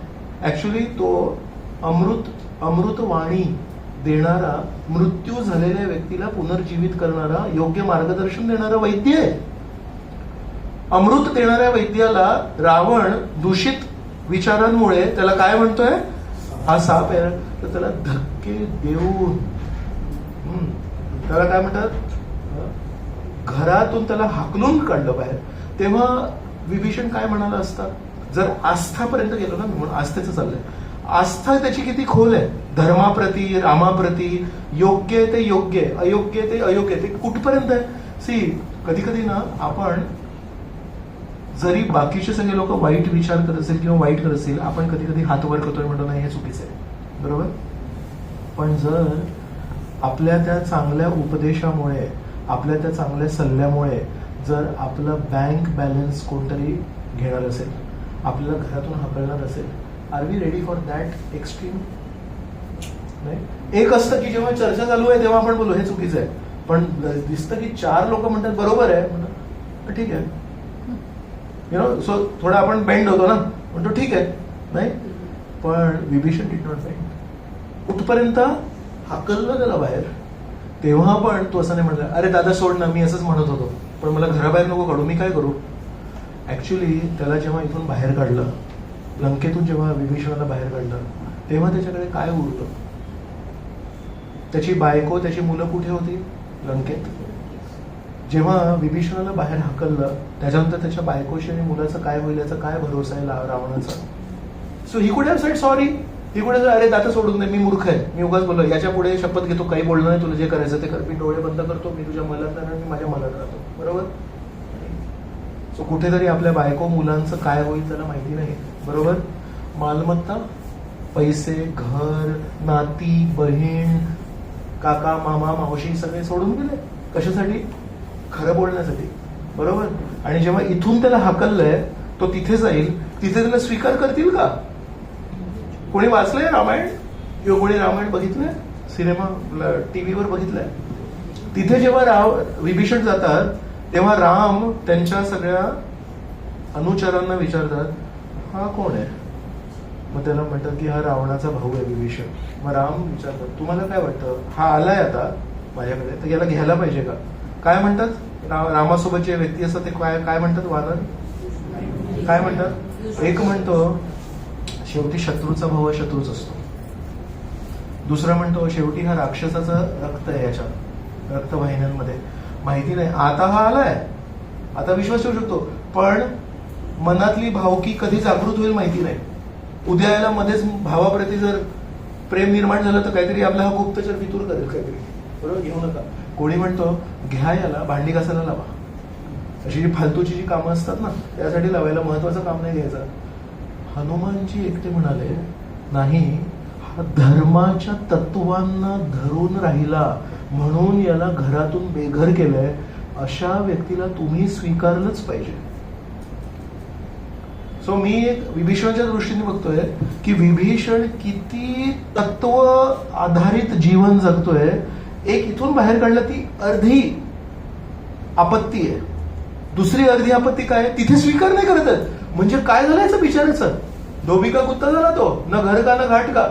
आणि जर रामचंद्र राम नसते, राम आहेत, रामाच्या जागी जर दुसरे कोणी व्यक्ती असते काय केलं असतं त्यांनी? सगळ्यांनी म्हटलं नका घेऊ नका घेऊ नका घेऊ, फक्त एक हनुमानजी म्हणाले घ्यायला पाहिजे म्हणून. मग तेव्हा राम काय म्हणतात, हनुमान तू पण चुकलंस, हे सगळे तर चुकलेत पण तू पण चुकलास. कारण तू काय म्हणतोयस, हा धर्मनिष्ठ आहे, हा धार्मिक तत्वांना धरून जगतोय म्हणून मी याला घ्यायला पाहिजे. हे नाहीये, हे कारण नाहीये मला स्वीकार करायचं. कारण तो अधार्मिक जरी असेल पण त्यांनी जेव्हा माझी शरण घेतली आहे तेव्हा म्हणतो सकृत एव प्रपन्नोयम तव अस्मी इति याचते अभयम सर्वदा तस्मै ददामी एतद व्रतम मम. रामचंद्र तेव्हा काय म्हणतात, हे खूप महत्वाचा श्लोक म्हणतात सकृत एव प्रपन्नोयम. सकृत म्हणजे संस्कृत भाषेमध्ये सकृत हा शब्द आहे, मराठी भाषेमध्ये एकदा. सकृत एव प्रपन्नोयम तव अस्मी इति याचते. एकदा जरी कोणाही व्यक्तीने, महापापी, दीर्घपापी, अति दीर्घपापी कोणी असू दे, तू तर धार्मिक म्हणतोयस, मी दीर्घपापी म्हणतोय, कोणी कितीही पापीही दुष्कृत्य करणारा व्यक्ती असेल, सकृत एव प्रपन्नोयम तव अस्मी. तव अस्मी म्हणजे मी तुझा. जर एखाद्या व्यक्तीने एकदा येऊन माझ्यासमोर म्हटलं हे रामचंद्र मी तुझा, अभयम सर्वदा तस्मै. अभयम सर्वदा, एकदा नाही, एकदा जर आपण रामाला म्हटलं मी तुझा, अभयम सर्वदा तस्मै ददामी एतद व्रतम मम, हे माझा व्रत आहे. आणि पुढच्या श्लोकामध्ये काय म्हणतात माहितीये याला पूर्तता करण्यासाठी, आनयैनम हरिश्रेष्ठ दत्तस्य अभयम मया विभीषणो वा सुग्रीवो यदि वा रावण स्वयं. तू विभीषणाबद्दल बोलतोय आणि तू काय, हे तू हे लोक म्हणतात अरे तो राक्षस आहे, आणि हनुमानजी म्हणतो तो धार्मिक आहे. म्हणतो आनयैनम हरिश्रेष्ठ, तू घेऊन ये, दत्तस्य अभयम मया, मी त्याला पण अभय देईन. कोण? विभीषणो वा सुग्रीवो. सुग्रीवाने काय मोठं केलं होतं, कुठला मोठा तो आहे, सुग्रीवाला मी इक्वल स्टेटस दिलं, सुग्रीवाशी हात मिळवला, मी तुझी बायको आणून देतो, तू माझी बायको आणून दे, इक्वल. Can you believe? सुग्रीवासारख्या व्यक्तीला यांनी हजार जो केलं, रामचंद्रांनी इक्वल स्टेटस दिलं, गठबंधन केलं त्याचे. विभीषणो वा सुग्रीवो यदि वा रावण स्वयं. या क्षणी जर रावण आला आणि म्हणाला चूक झाली, मला वाईट सवयी आहेत लहानपणापासून आणि त्या वाईट सवयींच्या आहारी गेलो आणि माझ्या जीवनामध्ये कधी कोणी वैष्णव पण नाही आला, हा होता पण याला बाहेर काढला, पण आता मला लक्षात आलं की माझ्याकडून चूक झाली, मला माफ करणार का? तर म्हणतात दत्तस्य अभयमया, मी त्याला पण माफ करेन, पण एकदा माझ्या समोर येऊन म्हणायला पाहिजे मोकळ्या मनाने, जे झालं ते झालं, आजपर्यंत ज्या चुका झाल्या त्या झाल्या, याच्या पुढे मी तुमचा. सो हे रामचंद्र आहेत आणि हे कृष्ण आहेत जे कधीही चिखलाने स्पर्श होत नाहीत. आणि म्हणून जे या रामचंद्राचं नामस्मरण करतात, जे या श्रीकृष्णाचं नामस्मरण करतात, त्यांच्यामध्ये श्रीकृष्णांच्या रामचंद्रांचे जेवढा आपण प्रामाणिक नाम जप करू तेवढ्या मात्रेमध्ये राम आणि कृष्ण हे आपल्या हृदयामध्ये पण अशा प्रकारचे चिखलाने प्रभावित न होणारी कला कौशल्य भावना देऊ शकतात. सो विभीषण पण एक असा व्यक्ती आहे जो रावणाच्या लंकेच्या चिखलामध्ये राहून पण एका कमळासारखा राहिला. म्हणून हा श्लोक खूप महत्वाचा आहे आपल्यासाठी. मग असा व्यक्ती आपली कर्तव्य करतो ते कशा करता करतो? ते स्पर्शन जिघ्रन होतं ना, तो खातो पितो सगळं कशासाठी? तो आपल्या निरीक्षणाच्या दृष्टीमध्ये करतोय आणि त्याला पद्मपत्र इवांबसा पण आहे. मग तू कशासाठी करतोय हे सगळं? तर त्याचं उत्तर आहे आता परत. कायेन मनसा बुद्ध्या केवलैर इंद्रियैरपि योगिनः कर्म कुर्वन्ति संगम त्यक्त्वा आत्मशुद्धये.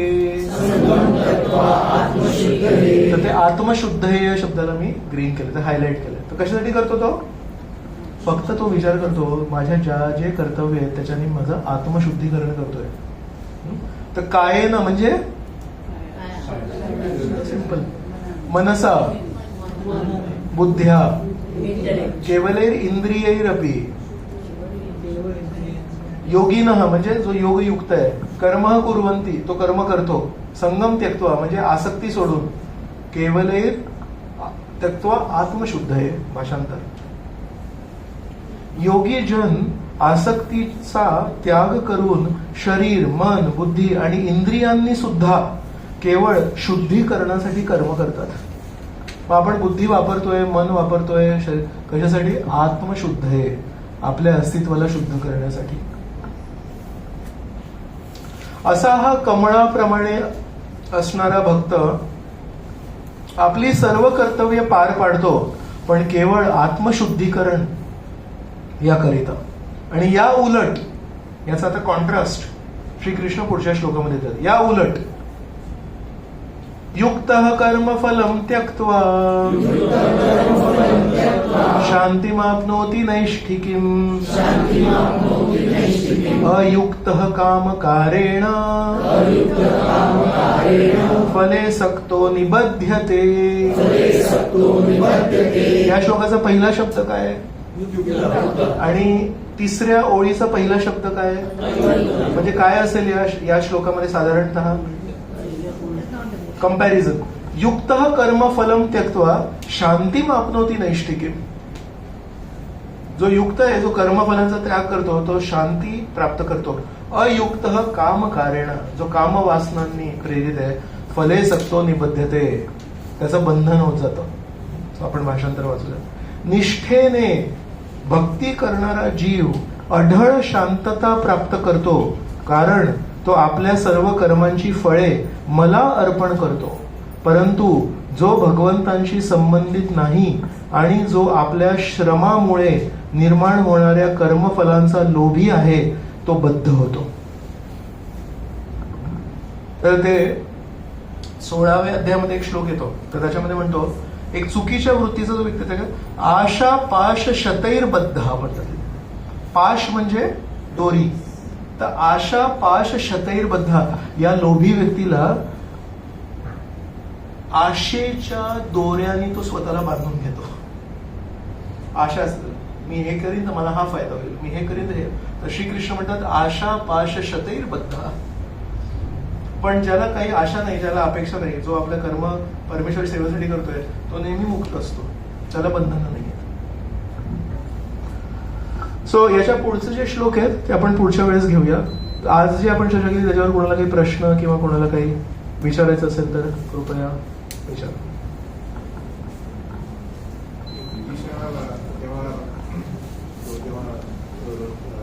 रामाकडे जातो आणि त्यांना सांगतो, तर त्याच्यावर असा आरोप केला जातो की त्यांनी रावणाचं सिक्रेट सांगितलं. त्याच्या बेंबीमध्ये जर का बाण मारला तर ते केलं तर ते निवृत्त आहे.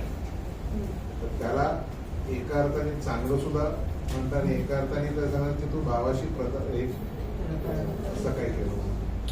आम्ही ना सुरुवातीला सर्व भूतात्मा भूतात्मा या शब्दावर चर्चा केली, तेव्हा तुम्ही होतात का? नाही. एक आम्ही खूप सुंदर चर्चा केली, ती तुम्हाला 20 सेकंदात सांगतो. एखादा टीचरला खडू मारणारा मुलगा आहे आणि ते टीचर जेव्हा वळते तेव्हा तो खडू मारतो. टीचर त्या मुलाला बघू नाही शकत. तर टीचर त्या क्लासचा जो चांगला मुलगा त्याला सांगते, मी आता वळणार आहे आणि मी जेव्हा वळीन तेव्हा तो खडू मारेल, तर तू मला सांग. तर तो बघतो पण, आणि तो दुसऱ्या दिवशी सांगतो की टीचर ऍक्च्युली तो मुलगा तिथे जो बसलेला असतो ना, तो तुम्हाला खडू मारत असतो. तर त्याच्यामुळे तो मुलगा पकडला जातो. तर हा जो मुलगा आहे ज्याने त्या मुलाचं नाव सांगितलं, तो त्या मुलाचा शुभचिंतक आहे की तो त्या मुलाचा, जसं तुम्ही म्हणाले विभीषणाने सांगितलं रावणाच्या नाभी प्रदेशामध्ये अमृत आहे, तिथे बाण मारा तुम्ही, आणि बेसिकली त्याच्यामुळे रावणाचा नाश झाला. तर ज्या मुलाने टीचरला सांगितलं की कोण मुलगा खडू मारतोय, तो त्या मुलाचा शुभचिंतक आहे की तो त्याला त्रास देणार आहे? शिवाचा तो मित्र, त्याचा तो मित्रच असतो, पण टीचरसाठी तो त्याचं हे करतो. मग आता त्यांनी सांगितलं की तो सुनील कुलकर्णी जो मुलगा आहे, जो 4थ्या बेंचवर बसतो, तो तुम्हाला नेहमी चॉक मारतो. तर आता ही घटना झाल्यानंतर ज्या मुलाने ती ग्वाही दिली, तो मुलगा त्या मुलाचा शुभचिंतक आहे की शत्रू आहे? पण एका अर्थाने त्याने तो खडू मारायची, आता त्याला शिक्षा मिळेल टीचरकडून, त्याच्यानंतर तो खडू मारेल का? मग त्याच्यामध्ये सुधारणा होईल, बरोबर? तर एक सुधारणा होते बोलल्याने की बाळा असं नसतं करायचं. पण ज्या बाळाला ही भाषा कळत नाही, त्या बाळाला मग छडीची भाषा कळते, बरोबर? तर महत्वाचं काय आहे माहिती आहे की माणसामध्ये सुधारणा व्हावी. तर रावणाला विभीषण ही शिकवण देत होता की नाही, पण ही शिकवण जेव्हा ऐकू नाही आली, हा जो मार्ग आहे, हा जेव्हा अहंकाराच्या कानामध्ये कधीतरी मळ चाचतो ऐकू येत नाही, तसं अहंकाराचा मळ जेव्हा खूप झाला रावणाचा, तेव्हा त्याला ते शिकवणी ऐकू नाही गेल्या. मग ही शिकवण सगळ्यांना येते, बरोबर? म्हणून संस्कृत भाषेमध्ये एक धातू आहे, त्याचं नाव आहे शस धातू. तर शस धातूतून 2 शब्द निर्माण होतात. शस म्हणजे टू डिसिप्लिन, शस म्हणजे शिस्त. तर संस्कृत भाषेमध्ये, संस्कृत इतकी सुंदर भाषा आहे ना की एक धातू असतो आणि त्याच्यातून मग वेगवेगळे शब्द निर्माण होतात. तर शस म्हणजे शिस्त लावणे, तर त्याच्यातून 2 शब्द निर्माण होतात, शस्त्र आणि शास्त्र. दोघांमध्ये similarity, it both come from शस धातू. दोघांचा जो मूळ आहे तो काय आहे? शिस्त लावणे, पण कशी? वेगवेगळे प्रमाणे. तर ऍक्च्युली सगळ्यांना शास्त्र सांगून शिस्त लावायची. शास्त्र म्हणजे शिकवण देऊ. शाळेमध्ये आपण जे मुलांना पढवतो काय, तो टीचरकडून शिकेल आणि त्याला शिस्त लागेल. पण जे लोक शास्त्र वाचून जेव्हा ते शिस्त नाही लावत, तेव्हा त्यांना मग शस्त्र आहेत. सो शस्त्र इज ऑल्टरनेटिव्ह, शस्त्र is not main, actually it is शास्त्र. प्राण्यांना शास्त्र नाही आहेत म्हणून प्राण्यांना फक्त छडी कळते, बरोबर? पण मनुष्य जीवन जे दिलंय ते शास्त्र वाचनासाठी दिलंय. तर जे व्यक्ती गीता वाचतात त्यांचं चारित्र्य आपोआप चांगलं होतं, त्यांना शस्त्राची गरज नाही. तर म्हणून मराठी भाषेमध्ये पण शस्त्र, शास्त्र, मग शासन आहे. शासन म्हणजे काय? शिस्त लावणे, चांगलं शिस्तबद्धता असणे समाजामध्ये. तर ज्याला शास्त्राची भाषा नाही कळत आणि जो आपलं जीवन शास्त्रांच्या विरुद्ध जगतो, त्याला मग शस्त्राची भाषा नक्की कळते. तसं विभीषण आहे, त्यांनी सुरुवातीला जर लहानपणापासून रावणाला मारलं असतं तर मग तुम्ही जसं म्हणताय ना ते खरं आहे, आपल्या भावाला त्यांनी वाचवलं नाही. पण ज्यांनी वारंवार दादा असं करू नकोस, दादा हे चुकीचं आहे, शास्त्र सांगितले आधी त्याला, पण ज्याला शास्त्र ऐकू नये त्याला मग नंतर शेवटची शस्त्राची भाषा कळते. आणि ज्या दिवशी रावणाला रामचंद्रांनी विभीषणाच्या बोलण्यावरून मारलं, त्यानंतर रावणाचे जे दुष्कृत्य होते, कुठल्याही मुलीला घेऊन यायचं आणि तिचं शोषण करायचं, हे योग्य आहे का? म्हणून ते जे सर्व दुष्कृत्य आहे त्याला आळा घालणं ते पण महत्वाचं आहे. तर ते कोण करणार? तर म्हणून आपण सुरुवातीच्या श्लोकामध्ये, रेकॉर्डिंग तुम्ही नक्की ऐका, रेकॉर्डिंग मध्ये होतं की हा आहे योग युक्तो विशुद्धात्मा विजितात्मा जितेंद्रिय सर्व भूतात्मा भूतात्मा कुर्वनपि न लिप्यते. तर त्याच्यामध्ये मी ही चर्चा केली की अर्जुन तिथे युद्धाला तयार आहे आणि श्रीकृष्ण म्हणतात असा जो व्यक्ती आहे तो सर्वांचा मित्र आहे. तर मग तिथे मी सगळ्यांना प्रश्न विचारला की अर्जुन जो आता योद्धा आहे आणि रक्त बंबाळ करणार, तो मित्र कसा असू शकतो? तेव्हा मी उत्तर दिलं की गुन्हेगाराला जर बांधून ठेवलं तर ते गुन्हेगाराच्या हिताचं आहे. तसं त्या रणभूमीवर ज्यांना ज्यांना अर्जुनाने मारलं, एका अर्थाने ते गुन्हेगार होते आणि त्या गुन्हेगारांना दाबणं, गुन्हेगाराच्या त्या प्रवृत्तीला आळा घालणं हे खूप महत्वाचं होतं. आणि त्या दृष्टीने अर्जुन दुर्योधनाचा शुभचिंतक आहे. त्या दृष्टीने शकुनी त्याचा शत्रू आहे. आपल्याला वाटतं की शकुनी आपल्या भाच्याचा खूप चांगला शुभचिंतक आहे आणि अर्जुन त्याचा शत्रू आहे. ऍक्च्युअली शकुनी त्याचा शत्रू आहे आणि अर्जुन त्याचा शुभचिंतक आहे.